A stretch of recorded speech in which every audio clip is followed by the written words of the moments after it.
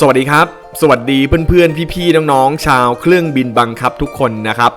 วันนี้เอาเครื่องบินมาให้ชมครับเป็นเครื่องบินที่ผมทำไว้หลายวันแล้วนะครับเครื่องบินลำนี้มีชื่อว่าดอเนีย228ครับ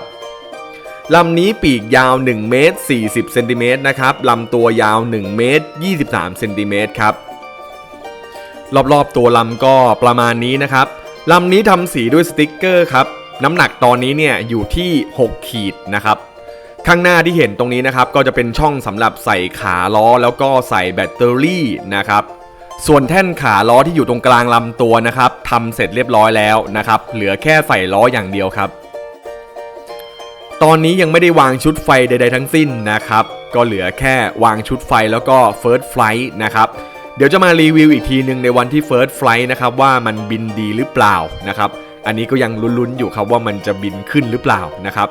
ส่วนแอร์ฟอยล์ที่ใช้ก็อย่างที่บอกครับเป็นแอร์ฟอยล์คลาร์กไวน์ครับผมส่วนห้องเครื่องหรือแท่นมอเตอร์ก็ประมาณนี้นะครับจะบอกว่าผมทำงานสเกลไม่เป็นจริงๆนะครับอันนี้ต้องยอมรับเลยว่าผมทำเครื่องบินพวกนี้ไม่ค่อยเก่งเลยนะครับก็เดี๋ยวจะเอาไว้พัฒนาต่อไปแล้วกันเนาะยังไงก็ต้องขอโทษทุกคนด้วยที่ทำให้ผิดหวังกับโมเดลตัวนี้นะครับผมทำออกมาได้เท่านี้จริงๆนะครับฝีมือมันยังไม่ถึงนะครับยังไงก็ต้องขอโทษด้วยนะครับ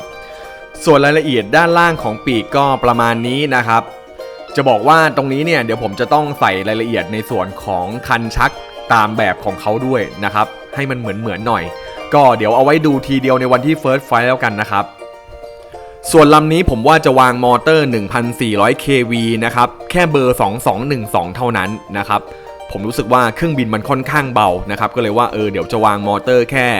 เบอร์ 2212 ก็น่าจะพอแล้วนะครับนี่ครับด้านล่างก็จะประมาณนี้นะครับถ้าสังเกตดีๆเนี่ยจะเห็นฐานล้ออยู่ตรงกลางด้วยนะครับ